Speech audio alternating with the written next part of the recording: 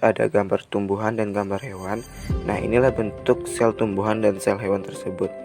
Nah, sel hewan dan sel tumbuhan itu mempunyai beberapa perbedaan, baik itu dari segi struktur, segi fungsi maupun yang lainnya.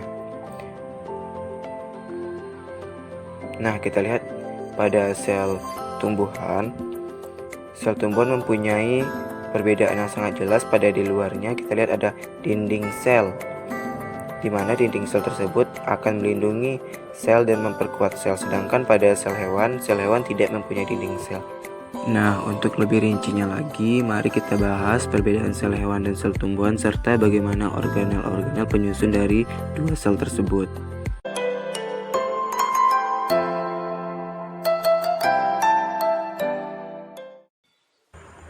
Sebelum kita mengenal organel-organel sel, kita harus paham dulu apa itu sel.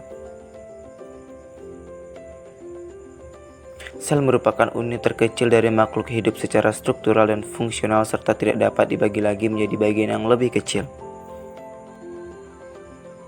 Sel memiliki bagian-bagian dan organel yang berbeda, bentuk, ukuran, struktur, serta fungsinya. Yang pertama, membran sel. Membran sel merupakan lapisan tipis yang membatasi sel dengan lingkungannya. Membran sel tersusun atas lipid, protein, dan karbohidrat. Fungsi membran sel mengontrol zat keluar masuk sel sebagai pelindung sel serta sebagai reseptor bagi sel. Selanjutnya, nukleus. Nukleus merupakan inti dari suatu sel, sehingga nukleus organel terpenting pada sel. Nukleus tersusun atas lipid dan protein. Fungsi dari nukleus mengontrol sintesis protein, mengendalikan semua kerja sel, serta menyimpan informasi genetik. Di dalam sel, terdapat organel sel kecil lainnya yang bernama nukleolus atau anak inti. Nukleolus berbentuk bola, berwarna pekat, dan menempel pada kromatik.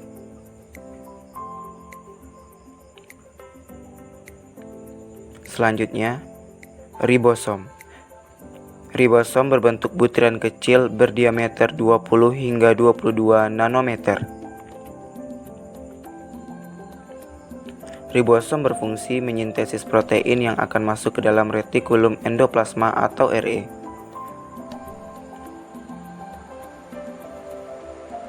Organel selanjutnya, retikulum endoplasma atau RE.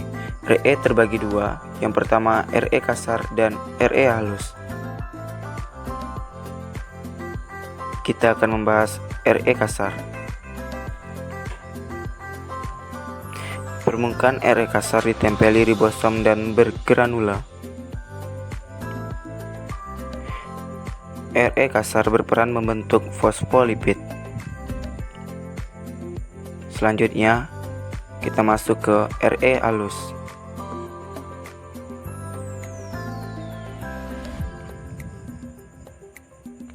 Permukaan RE halus tidak ditempeli ribosom dan tidak bergranula.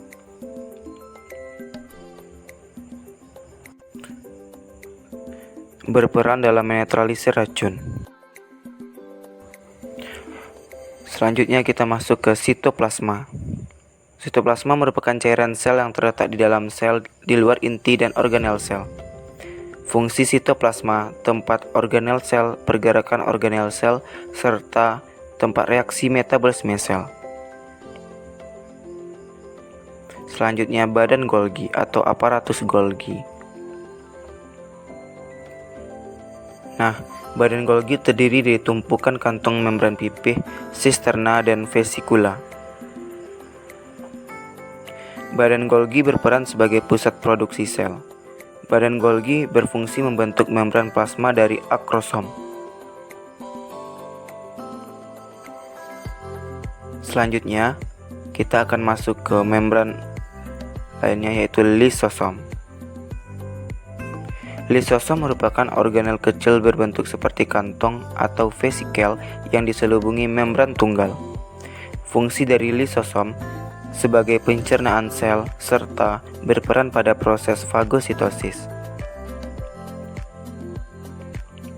Organel selanjutnya mitokondria. Mitokondria diselubungi dua membran, membran luar dan membran dalam.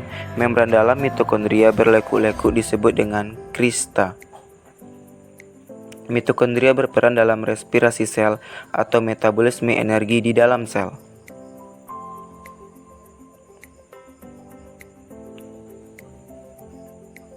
Membran selanjutnya, sentriol. Sentriol terletak di dalam sentrosom. Sentriol hanya terdapat pada sel hewan saja, sedangkan pada sel tumbuhan, sentriol tidak ada.